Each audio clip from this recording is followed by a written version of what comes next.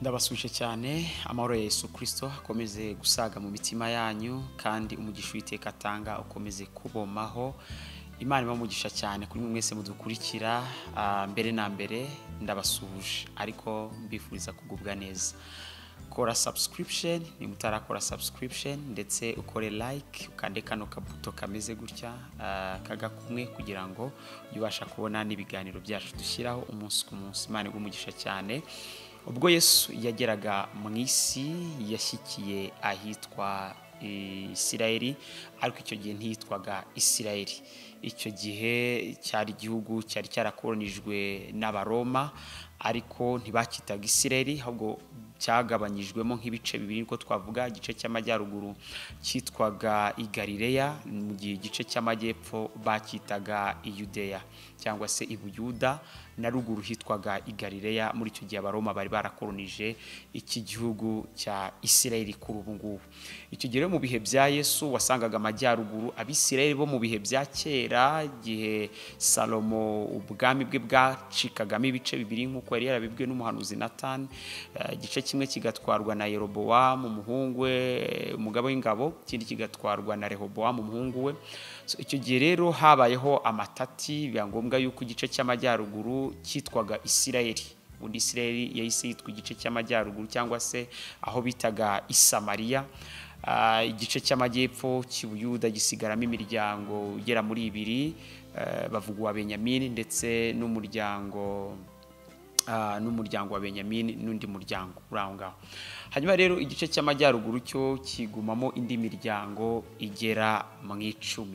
Muri iki gihe rero umuryango wa Benyamini wari mu gihe cy'amajyepfo niwo basaga nkaho bazi, cyangwa se umuryango wa Yuda n'uwa Benyamini, ibyo byabaga mu majyepfo, ariyo miryango ibiri, indi miryango 10 iba hejuru.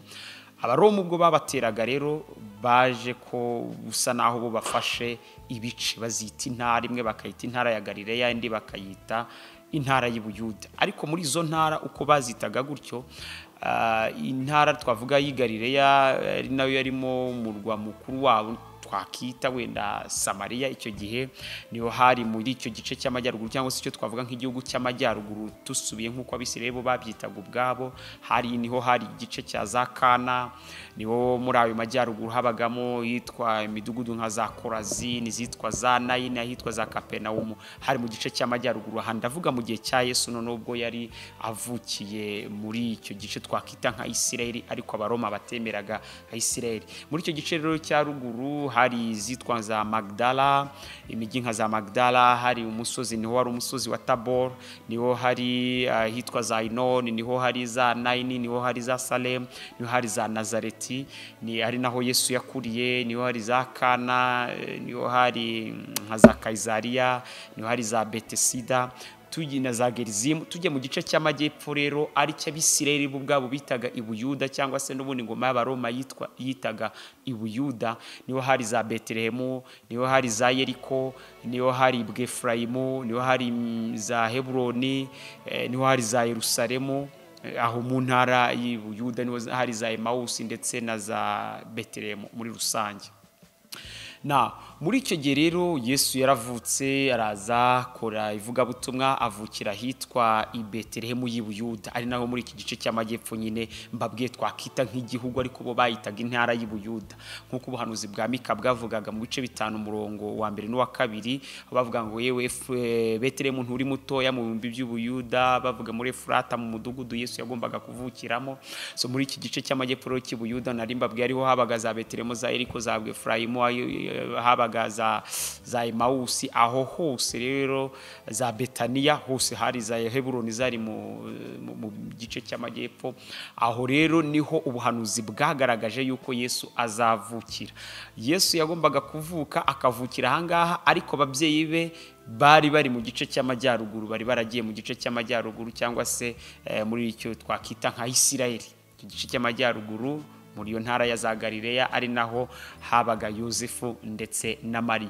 Muri icyo gihe rero Yesu avuka, yaravutse nyuma y'imyaka 30 atangira ivugabutumwa, akora ivugabutumwa hirya no hino mu bice bigiye bitandukanye. Yaga yikoza amajyaruguru akamanuka mu majyepfo, akababwira ubutumwa bwiza nk'uko yari yaratumwe n'Imana Data wa twese, nawe yari Imana birumvikana, ariko aje ari Imana nk'uko Pawulo byandikira Timoteyo ngo si ugushidikanya, ubwira ubwo bumana burakomeye kwerekanwa ikaza, byose agenda bivugaho cyane. Naho twihuta rero, iki gihe Yesu yaje atangira ivugabutumwa nk'uko twabona iki gihe ivugabutumwa rikorwa, ariko noneho azana umwihariko bitewe n'igihe Abisirayeli bagenderagamo, ibyo bari barimo mihango yabo, iyo bakuriyemo, uburyo bumvagamo muri sanse bumvagamo Imana. We azana ubundi buryo, aza yintroduiza ubundi buryo bwaho isi yari igiye kwerekezamo, cyangwa se kuri mapu y'ikirere cy'umwuka cyari kigiye kwerekezamo. Iyo dispensation yari agiye kwinjizamo abantu, aza ari cyo gihe rero yaragezemo. Twavuga nk'uko yaza muri iki gihe za New York, ya Moscow, za Kampala, za Kigali, n'ahandi ubuzima bukomeje, ubucuruzi bukorwa, imyidagaduro ikorwa, ibintu byose bikorwa, amaboxing, amatletisme n'ibindi byari biho icyo gihe, imikino, imyidagaduro n'ibindi bitandukanye. So icyo gihe rero nibwo umwami yavutse, nk'uko ubuzima bwabo bukomeje, hariho n'abandi bantu, Ubushinwa bwari butuwe n'ahandi hantu hagiye hatandukanye, isi muri rusange yari igituwe, aravutse. Muri vugabutumwa rye ritangiye ku myaka 30, yatangiye afata abigishwa be bagera muri 12, ariko terrain cyangwa se field yakombaga gukoreraho cyane yari muri bene wabo, nk'uko birivuga ngo yaje mube ariko abe ntibamwemera. Icyo cyanditswe nubwo hari igihe byanditswe ndatubyishyiraho rimwe na rimwe, ariko cyarebaga bari bene wabo n'ubundi yarajemo b'Abisirayeli, ariko ku musaraba akazatwunga. Igikorwa yaragiye gukora, isi yari igiye kwinjiramo cyari igikorwa cyo kutwunga, ndetse n'Abisirayeli kugira ngo ntihazabe hariho umugiriki, ntihazabe hari umuroma, ntihazabe hari umwisirayeli, ahubwo twese tungwe mu maraso ya Yesu Kristo. Imana ishimwe cyane. Biravuga ngo gushaka niko kwatumye twezwa tubiheshejwe nuko umubiri wa Yesu Kristo watambwe rimwe wihagije by'iteka ryose. Icyo gihe rero yarakubiye hamwe isi yose, kandi nk'uko ubutumwa bwiza nk'uko bwanditswe na Yohana 3:15 turavuga ngo ko Imana yakunze abari mu isi, ntabwo ari abari muri Isirayeli, byatumye abari mu isi yose, cyangwa se abari mu isi, ko Imana yakunze abari mu isi. Icyo gihe byatumye rero itanga umwana we w'ikinege, kugira ngo umwizera wese atarimbuka, ahubwo ahabwe ubugingo buhoraho. Iyo Imana ivuze ngo Imana yakunze abari mu isi, ntabwo ari abari mu isi icyo gihe, ahubwo ni presence y'Imana ihoraho iteka ryose, abari mu isi, kugira ngo icyo cyanditswe kizakore ku bari mu isi bose. Imana ishimwe cyane. Nawe Yesu rero atangira ivugabutumwa, hari abagiye bamugiriraho umugisha, ndetse bagiye bamukunda, bamuba hafi, harimo izina Mariya. Hari ba Mariya bagiye batandukanye, aribo tugiye kugarukaho, bagera muri 5 nabateguriye, bagiye bamushyigikira, bamufasha mu byerekeye na evangelisation, n'abagore bitanze ndetse bamuba hafi cyane. So aba bantu rero bamubereye ab'umumaro, kimwe n'ivugabutumwa rya none. Iyo umukozi w'Imana ahagurutse, Imana imuhagurukije, rimwe na rimwe baravuga ngo where there is a vision there is provision. Imana iguhamagariye ku murimo wayo, mu by'ukuri kutke no matter what, hagomba kubaho icyerekeranye nuko igomba gushaka uburyo uwo mugaragu w'Imana agomba kugeza ubutumwa kure, kandi Imana iramuprovidinga however the situation may look like. Uko byagenda kose Imana ibana nawe kandi ikamukomeza, kandi niyo bitakunda nta kimubuza gukomeza. Imana ishimwe cyane. Aba ba Mariya bamubaye hafi kandi bamugiriraho umugisha nk'uko narimvuze. Hanyuma mwivugabutumwa rye rero izina Mariya riragaruka cyane. Birashoboka ko abantu benshi bazi Mariya babiri cyangwa se umwe, ariko muri iki kiganiro tugiye kureba aba Mariya bagera muri 5 ba Mariya 5 bagiye baba hafi cyane Yesu, n'abateguriye 5. Birashoboka ko n'uwa 6 hari, ariko nge nabateguriye 5. Tugiye kuganira b'ingenzi bagiye baba hafi, babaye hafi ivugabutumwa rya Yesu Kristo kugeza apfuye, azutse, bigaragaye ko atagipfa, bamuhamije, azamutse bamureba ku musozi wa Elayono, ababwiye ngo uko mubonye ngiye niko nzagaruka. Na nyuma yaho bakomeza ivugabutumwa, baritanga mu murimo, bakorera Imana, ubwami bw'Imana bukomeza kwaguka mu bantu. Izina Mariya ryakomeje kugenda rigaragara buri gihe uko ubutumwa bwiza bwavugwaga. Tujye kubireba ibyerekeranye n'Abamariya batanu. Ikaze mu kiganiro kandi ndabakunda cyane. Now, Mariya wa mbere twaheraho ni Mariya nyina wa Yesu. Uyu Mariya nyina wa Yesu, inkuru ze uzisanga muri Luka igice cya mbere umurongo wa 26 ndetse na 46 cyangwa se na 56, ukabisanga kandi muri Luka ubutumwa bwiza ibice 4. Wenda reka turebe muri Luka ubutumwa bwiza igice cya mbere ku murongo wa 26 ndetse no wa 56, turebe ibyerekeranye n'uyu Mariya abantu benshi cyane twagiye tumenya nka Mariya nyina wa Yesu. Luka igice cya mbere umurongo wa 26 biravuga ngo mu kwezi kwa gatandatu marayika Gabriel atumwa n'Imana mu mudugudu w'i Galilaya. Ahagarira murabyumva ko cya gice cy'amajyaruguru witwa i Nazareti. Ni umudugudu w'ahantu hitwa i Galilaya hamwe nababwiraga witwa Nazareti, ku mwari wari warasabwe n'umugabo witwaga Yosefu wo mu nzu ya Dawidi. Izina ry'uwo mwari ni Mariya.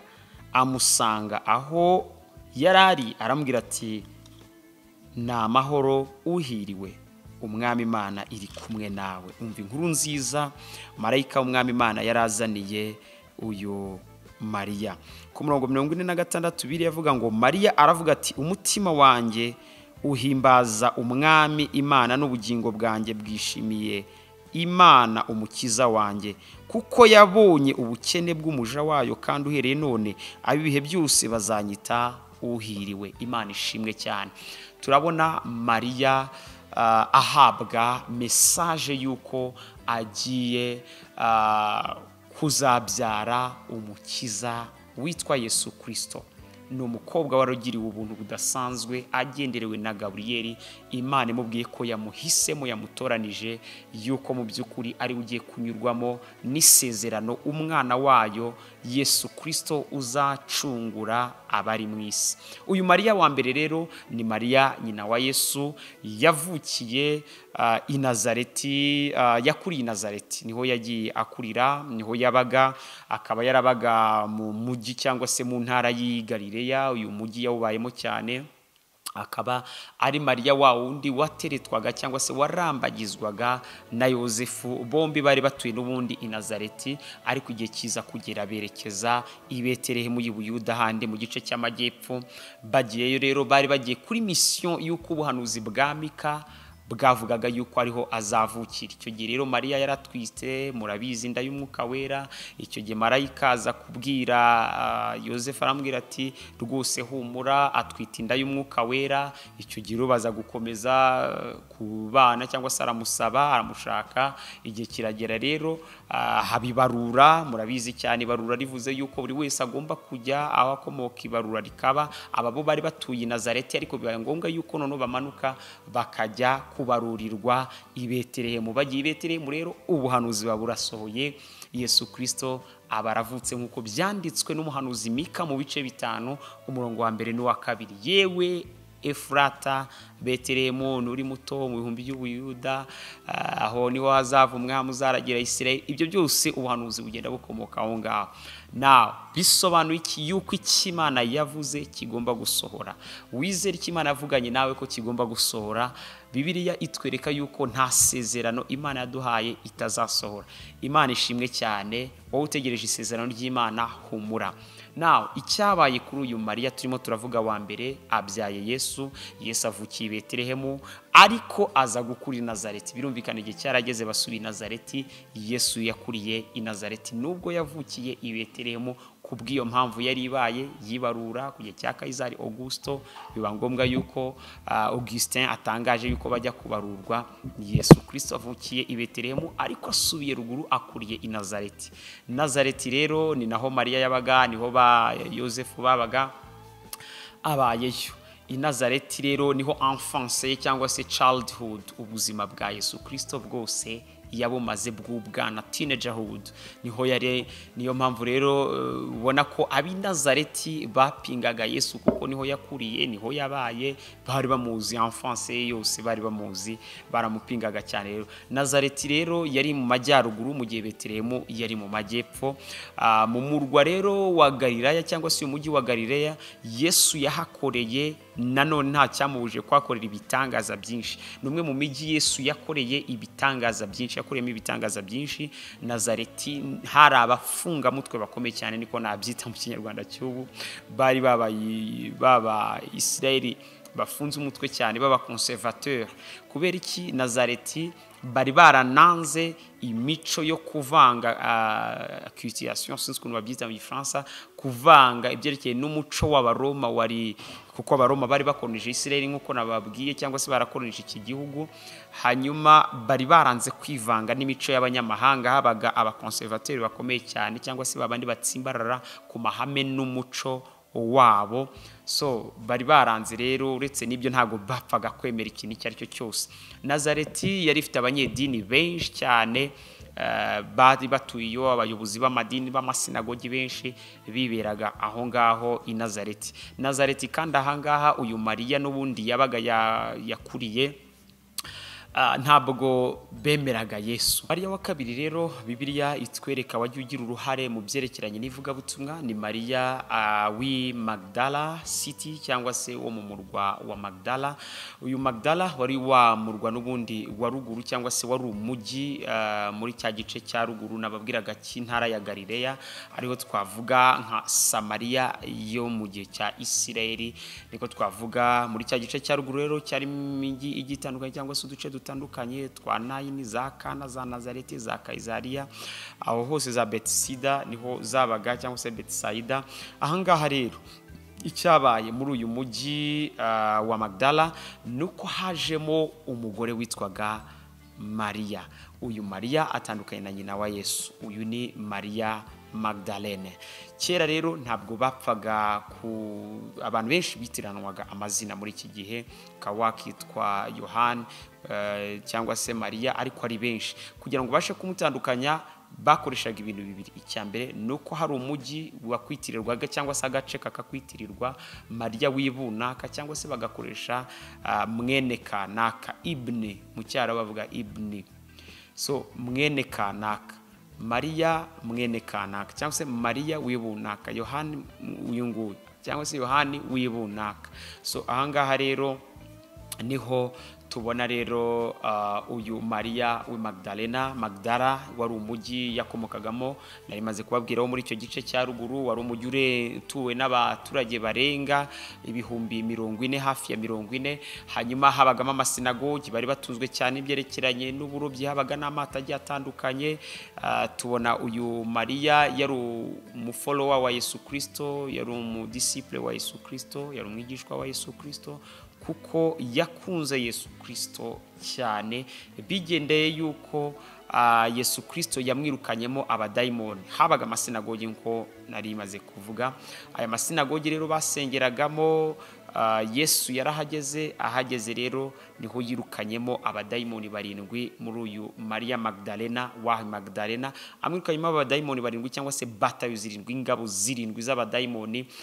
Mariya aranezerwa cyane, akunda Yesu cyane, aravuga ati uyu mwami ngomba kugenda nawe, aho azajya hose nzatanga ubutunzi bwanjye, nzakora uko bishoboye kugira ngo iyi nkuru nziza ya Yesu Kristo izagere hose. Hanyuma rero yaranezerewe cyane, yari yabaye akabarore, abadayimoni bamushwitagura ahantu hose, inkuru zaramayeze. Ariko Imana igitondo kimwe, Imana imuhindurira izina, aba Mariya aramamara we Magdalena. Aravuga ati kubw'ibyo uyu mwami nzamukunda, nzamuba hafi, atandukanye n'abandi nabo nigeze kumenya n'abazabaho. Aramukunda cyane, aba hafi ya Yesu Kristo, agafasha imirimo abigishwa bose, akagenda bafasha imirimo. Muri rusange inkuru ze uzasanga muri Luka 8 umurongo wa 1, wa 2 n'uwa 3, aho batwereka yuko yari inshuti na Joana, yari inshuti na Suzana, ndetse yari inshuti nabo bose nyine abo bagore bafashishaga Yesu ibyabo. Ni bamwe mu babaga hafi Yesu mu byerekeranye n'ivugabutumwa rye.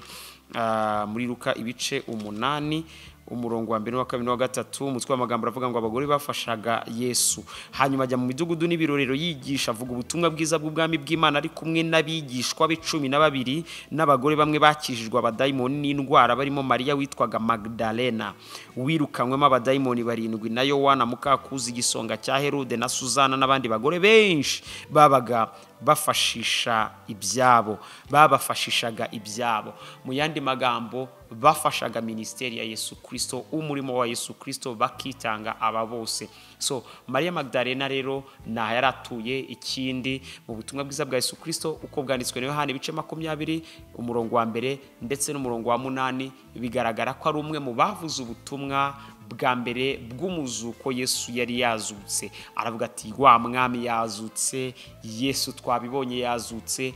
Abumwe mu bavuga butumwa ba mbere bahamije kuzuka kwa Yesu Kristo. Ubutumwa bwa Yesu Kristo bugizwe n'ibice bigera muri 4: ivuka rya Yesu Kristo, gupfa kwa Yesu Kristo, kuzuka kwa Yesu Kristo no kugaruka kwa Yesu Kristo. Iki gice cya gatatu yaragihamije cyane, avuga ati umwami wacu Yesu Kristo yazutse. Ibyo yatubwiraga n'ukuri, turabihamya, turabyemeza, turabagabo bo guhamya. Yirukanka mu midugudu yose n'ibirorero avuga ngo yazutse. Imana ishimwe cyane. Mariya Magdalena turamubona mu butumwa bwiza, yagize umumaro cyane. Turi kuvuga ba Mariya bagera muri 6 bagiye bagira umumaro mu byerekeranye n'ivuga butumwa rya Yesu Kristo, igihe yariho, igihe yapfaga, igihe yazukaga, ubariho, azahoraho.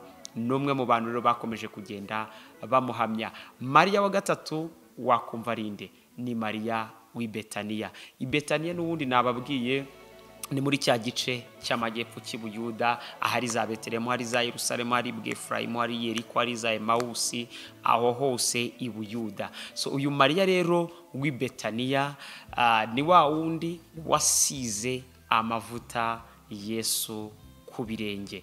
Uyu Mariya akaba yaravukanaga n'undi mukobwa witwaga Marita, bakaba bari bafite musaza wabo witwaga Lazaro. Mu yandi magambo bavukanaga ari 3, bari urubyiruko, bari abantu beza cyane. Marita, Mariya, Lazaro, abo bose baravukanaga. Ni hamwe mu hantu Yesu yakundaga kuba ari muri famiye yabo, yaba abantu ko ari 3. Harimo kandi abigishwa be bajyaga bajya gufatirayo amafunguro, baranezerirwaga, bararirimbaga, barataramaga, babwiranaga amagambo y'ururutse umutima, bakundaga gutaramira. Mu yandi magambo, ahangaha i Betaniya Yesu Kristo ubwo yabaga ari i Buyuda yakundaga kuba yibereye kwa Mariya na Marita na Lazaro. Bari ahantu heza cyane, umwe mu rugo rwakiraga abakozi b'Imana neza cyane. Mujye mwakira abakozi b'Imana neza, mwe abantu mwe mudukurikiye, kandi muzajye mubafata neza cyane. Biravuga ngo abubahaga Uwiteka barateranaga,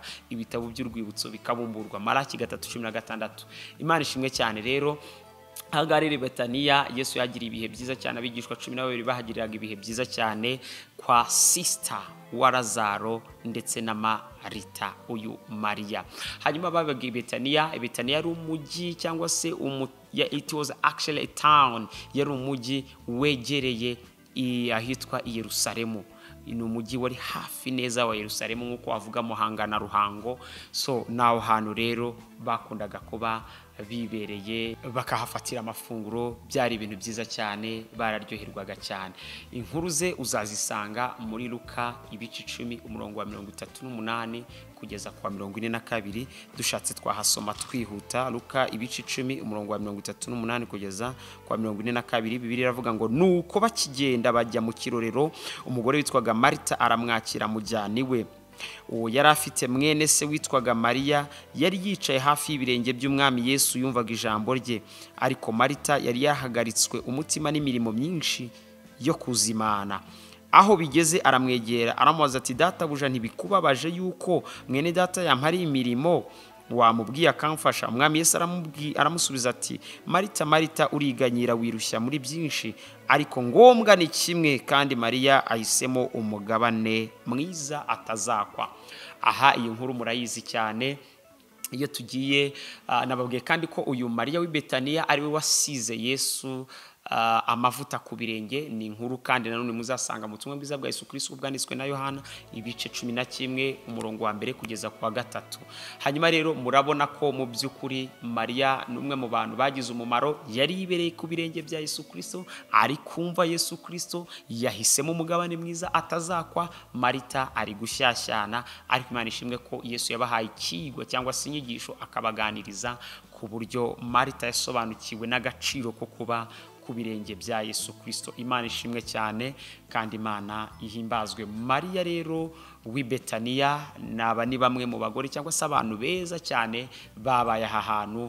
Mu by'ukuri bagize umumaro. muri bukabatakambira Yesu bati Lazaro, Lazaro, wa mushuti wawe hahandi rwose ukunda kuburi, wa musore musaza wacu yapfuye, gira icyo ukora. Yesu akabwira atarasinziriye, ni muzima muhumure. Bati yanutse byakomeye. Akabwira atarasinziriye, arabaheza yinjira mu nzu aravuga ati Lazaro byuka, Lazaro byuka, Lazaro kanguka, kanguka. Imana ishimwe, Yesu Kristo ashimwe kandi ahimbazwe. Naho wabarapfuye hari ibyiringiro ko Yesu yakuzura. Ubwo ndavuga wenda ku rupfu rwa rundi rwo kuba utumva wenda ijambo ry'Imana, urirebye none ahangaha ubuzima bwawe, ubugingo bwawe bwakanguka, wakanguka, wabyuka, wasubizwamo imbaraga. Imana ishimwe cyane. Ndetse n'umwizera waba warasinziriye cyangwa se uri mu rupfu, ko twakwita urupfu, azazuka. Naho waba warapfuye, umwizera azazuka, azongera abeho. Niko Bibiliya ivuga. Kandi ntabwo aba yarapfuye, ahubwo abasinziriye. Ahirwa abapfa bapfira mu mwami, nk'uko Yesu Kristo yabihishuriye Yohani i Patimo. Imana ishimwe cyane rero. Yesu azura Lazaro. Yesu ni muzima kandi Yesu afite imbaraga zo kuzura. Imana ishimwe cyane. Imana ihimbazwe. Uwo ni Mariya w'i Betaniya. Mariya wa kane. Mariya wa kane ni nyina wa Yakobo muto na Yosefu ndetse na Salome. Nyuma ya Mariya nyina wa Yakobo muto na Yosefu na Salome. Ni ukuvuga ngo ni Mariya wabyaye Yosefu, abyara Salome, abyara ndetse n'uyu muhungu witwa Yakobo muto. Uyu Yosefu yabyaye ni Yosefu utari wa wundi se wa Yesu mu mubiri, niko twabyita. Inkuru rero y'uyu Mariya nyina wa Yakobo muto na Yosefu na Salome uzazisanga muri Mariko ibice 15 umurongo wa 40. Ubutumwa bwiza bwa Yesu Kristo bwanditswe na Matayo ibice 27 umurongo wa 56. Uzazisanga kandi muri Yohani ibice 19 umurongo wa 25. Uyu rero Mariya nyina wa Yakobo muto na Yosefu ndetse na Salome. Reka wenda dusome muri Mariko ibice 15 ubutumwa bwiza umurongo wa 40. Ubutumwa bwiza bwa Yesu Kristo ko bwanditswe na Mariko ibice 15 umurongo wa 40. Bibiliya imbwiye ngo iki? Bibiliya iri kumbwira ngo yongera kugaruka asanga basinziriye, kuko amaso yabo aremereye, ntibamenya icyo bamusubiza. Ntabwo ariho nagiye muri 14 ibice 15 umurongo wa 40. Bibiliya iravuga ngo hari n'abagore bari bahagaze kure bareba.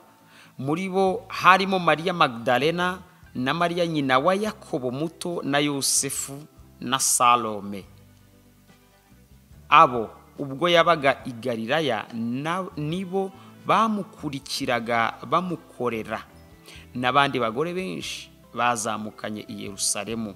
Aha hari mu rupfu rwa Yesu, bitegeye ibyari birimo birabera i Golgota, ibyarimo birabera i Karuvari, ibyarimo birabera i Nyabihanga. 15 ubutumwa bwiza bwa Yesu Kristo bwanditswe na Mariko umurongo wa 40. Hari n'abagore bari bahagaze kure bareba. Muri bo harimo Mariya Magdalena na Mariya nyina wa Yakobo muto na Yosefu na Salome. Wakibaza ngo abagabo bari he? Abagore gusa bari bitegeye hakurya bareba. Imana ishimwe cyane. Hanyuma rero hari inkuru yindi navuga kuri uyu Mariya nyina wa Yakobo muto na Yosefu na Salome, reka mbanze nsome muri Matayo ubutumwa bwiza ibice 27 umurongo wa 56. Bibiliya irambwira ngo muri bo harimo Mariya Magdalena na Mariya nyina wa Yakobo na Yosefu na nyina wa bene Zebedayo. Imana ishimwe cyane. Reka twongere turebe Yohana ibice 19 umurongo wa 25. Ubutumwa bwiza bwa Yesu Kristo uko bwanditswe na Yohana ibice 19 umurongo wa 25. Biba byiza tugiye dusomera rimwe. Bibiliya iravuga ngo nyina wa Yesu na nyina wabo na Mariya muka Kilopa na Mariya Magdalena bari bahagaze ku musaraba wa Yesu.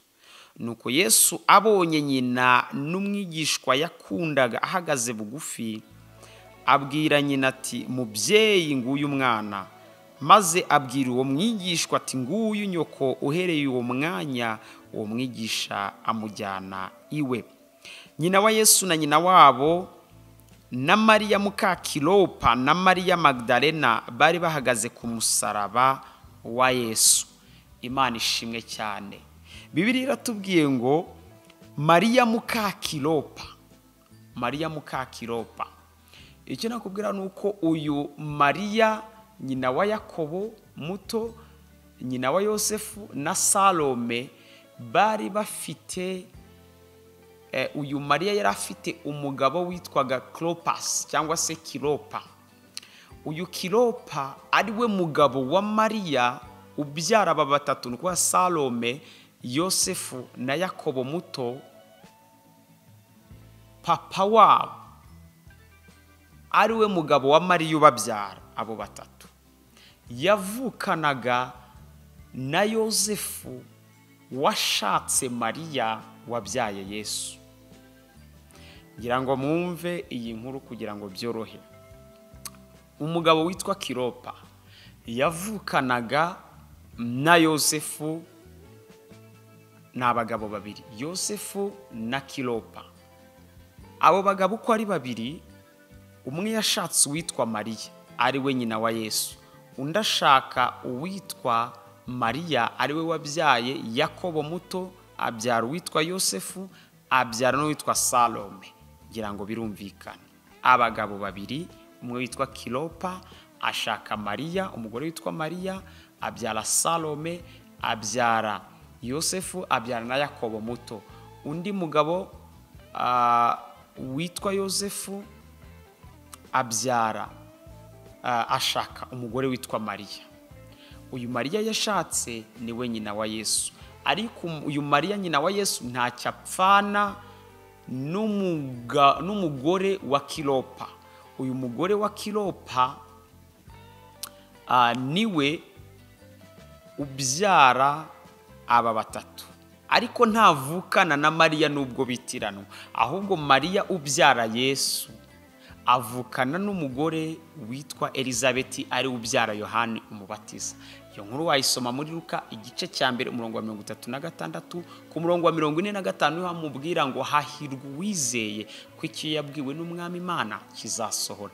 Ngiyo nkuru nakubwira yaba bavandimwe babiri, Yosefu umugabo wa Mariya ubyara Yesu, ndetse na Kilopa washatse umugore witwa Mariya wabyaye batatu, Salome, Yakobo muto ndetse na Yosefu. Ngiyo nkuru rero nakubwira muri rusange. Reka nerekeze kuri Mariya wa gatanu. Turimo turavuga ba Mariya batanu bagize umusaruro, bagize umumaro mu gihe cy'inkuru nziza iri kwamamara, wakati ambapo injili ya Bwana Yesu Kristo ilipokuwa inasambaa kila mahali. Igihe rero iyi nkuru nziza yamamazwaga, aba bari abantu b'umumaro cyane. Mariya wa gatanu ni uwitwa Mariya nyina wa Yohani Mariko. Mariya nyina wa Yohani Mariko. Reka dusome ibyakozwe n'intumwa ibice 12 Byakozwe n'intumwa ibice 12. Nuko muri icyo gihe umwami Herode afatira abo mu itorero bamwe kubagirira nabi, yicisha Yakobo inkota mwene se wa Yohana. Abonye ko anejeje abayuda, ariyongeza afata na Petero. Icyo gihe hari mu minsi y'imitsima idasembuwe.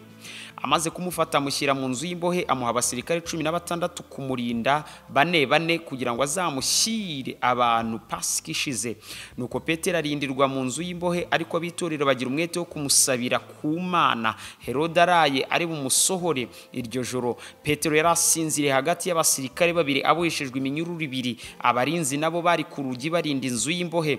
Nuko marayika w'umwami Imana ahagararaho, umucyo waka mu nzu. Marayika akoma Petero mu mbavu, aramukangura ati, byuka n'ingoga. Iminyururu imuva ku maboko iragwa. Marayika aramubwira ati, kenyera ukwete inkweto zawe. Abigenza atyo, arongera aramubwira ati, wifubike umwitero wawe, nkurikire. Arasohoka aramukurikira, ariko ntiyamenya ibyo marayika akoze ko ari iby'ukuri, ahubwo agira ngo abirose mu nzozi.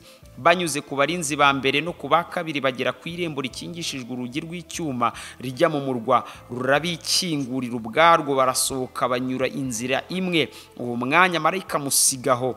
Petero agaruye umutima aribwira ati, noneho umenye by'ukuri yuko umwami Imana yatumye marayika wayo ikankura mu maboko ya Herode, ikankiza ibyo mu bwoko bw'abayuda bwatekerezaga byose. Akibitekereza, nashakaga uyu murongo. Akibitekereza atyo, asohora kwa Mariya nyina wa Yohana wahimbwe Mariko, aho abantu benshi bari bateraniye basenga. Haleluya. Petero akomanga ku rugi rw'irembo. Umuja witwaga Rode ajya kubyumva, amenya ijwi rya Petero, ibineza neza bimubuza gukingura. Nuko yirukanka asubira mu nzu, ababwira yuko Petero ahagaze ku irembo. Baramusubiza bati, urasaze. Ariko akomeza guhamya ko ari koko. Bati, ahubwo ni marayika we. Ariko Petero akomeza gukomanga. Bakinguye basanga ari we koko, barumirwa. Arabamama arabasobanurira uko umwami Imana yamukuye mu nzu y'imbohe. Arabwira ati, mubitekerereze Yakobo na bene data bandi. Arasohoka ajya ahandi. Bukiye abasirikare bashiguka imitima cyane, bananirwa kumenya uko Petero yabaye. Herode nawe amushatse aramubura. Abaza abo barinzi ategeka ko babica. Ava i Yudaya ajya i Kayisariya, aba ariho aba. Imana ishimwe cyane. Ariko nashakaga ku murongo wa 12 Bibiliya avuga ngo, akibitekereza atyo, asohora kwa Mariya nyina wa Yohana wahimbwe Mariko, aho abantu benshi bari bateraniye basenga. Navugaga kuri uyu Mariya wa gatanu witwa Mariya nyina wa Yohana wahimbwe Mariko, cyangwa se nyina wa Yohani Mariko. Imana ishimwe cyane. Nyina wa Yohani wahimbwe Mariko nawe yitwaga Mariya. Uyu ni Mariya wa gatanu wagize umwete mu byerekeranye no kwamamaza ubutumwa bwiza bwa Yesu Kristo. Kubera iki uyu Mariya aza mu byerekeranye n'inkuru za Yesu Kristo? Uyu Mariya nyina wa Yohani wahimbwe Mariko yari umubyeyi mu by'ukuri wamamazaga inkuru nziza Yesu Kristo, ariko akaba yari afite icyumba cy'abatumishi. Yari afite icyumba cy'amasengesho aho bahuriraga bakamanyura imitsima, bakanezerwa, bagasenga, imbaraga z'Imana zikamanuka zikururuka zikabana nabo, dore ko bari barahawe umwuka wera ku gihe cya Pentekote. Aha twari tugeze mu bice 12 by'ibyakozwe n'intumwa. Imana rero yarazaga ikabana nabo, umwuka wera akabagenderera, Imana ikabavugisha, ikabereka iby'akarengane bari bagiye guhura nabyo, ikabereka iby'ibyiringiro bari bafite bikomeje mu mwami Imana, akabigisha, akabahagura umwuka wera, bagakomeza kubana mu mahoro. So yari afite icyumba cyangwa se prayer room, yari afite icyumba basabaniragamo, banezererwagamo n'umwuka wera, bagiriragamo ibihe byiza. Yari umwigisha uyu mubyeyi wa Petero, bombi ni ukuvuga ngo Yohani wahimbwe Mariko nyina yari afite iki cyumba, ndetse Yohani wahimbwe Mariko nawe yakundaga cyane ubutumwa bwiza, nawe barasabanaga cyane. Bafataga Paulo nka mukuru wabo mu gakiza, bamufataga nk'umushumba kuko Yesu yanamuhinduye umushumba w'itorero ry'i Yerusalemu. Baramwubahaga cyane Petero avuye mu nzu y'imbohe niho yashyikiye, baranezerwa cyane iryo joro. Bivuga kandi ko uyu Yohani wahimbye Mariko cyangwa se John the Mark, uyu mugabo yari interpreter, no kwanga yari umusemuzi wa Petero. Tuzi ko Petero yaratunzwe n'ibyerekeye n'uburobyi, ntabwo yari yarize mu by'ukuri, ariko uyu Yohani wahimbye Mariko yajyaga amufasha gusemura, yari umwinterpreter cyangwa se yari interprete we. Mu yandi magambo, ubutumwa bwa Mariko ni nawe wabwanditse uyu mugabo witwa Yohani Mariko, ariko bakaba bavuga ahangaha muri Bibiliya ngo ni Yohani wahimbwe Mariko.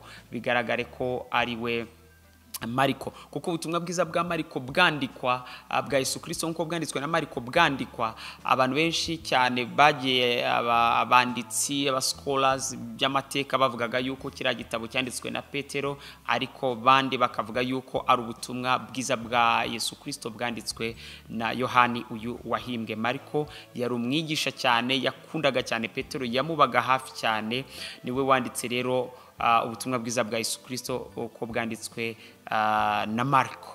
Yohani Mariko, mama we navugagaho ari we Mariya, nawe wiswe Mariya cyangwa se witwaga Mariya. Uyu yari afite icyumba cy'amasengesho, nicyo navuga cyane. Mu by'ukuri biberaga i Yerusalemu, nibo bakundaga guhura. Amateka yerekana ko uyu mubyeyi yari yariyeguriye Imana Mariya, uyu mubyeyi yari yariyeguriye Yesu Kristo, uyu mubyeyi yari yuzuye umwuka wera, yuzuraga umwuka wera uko bukeye n'uko bwije. Yari umukozi w'Imana, wakundaga Imana n'abantu bayo. Imana ibaho umugisha cyane. Ngabo ba Mariya batandatu nababwiraga, bagiye bitangira umurimo w'Imana, babanaga n'Imana, Imana imbaraga z'Imana zakoreragamo, bakoze uko imbaraga zabo zingana, kandi Imana irabashoboza, ibana nabo, ibaha umugisha, irabagura mu buzima bwabo bwa buri munsi. Imana ibaho umugisha cyane kuri mwe mwese mwari mudukurikiye. Amahoro ya Yesu Kristo akomeze gusendera no gusakara mu mitima yanyu. Mugire ishyaka ry'ubutumwa bwiza, mwamamaze Yesu Kristo, kuko ari bugufi kuza gutwara itorero. Azahagarara ku bicu, itorero rihereko rimusanganire. Mwami Imana, ndagushimiye kuri Imana nziza, uri umubyeyi mwiza utabura kuboneka mu byago no mu makuba. Ndagushimiye kubw'abagaragu bawe wahamagaye kugira ngo bitangire umurimo wawe.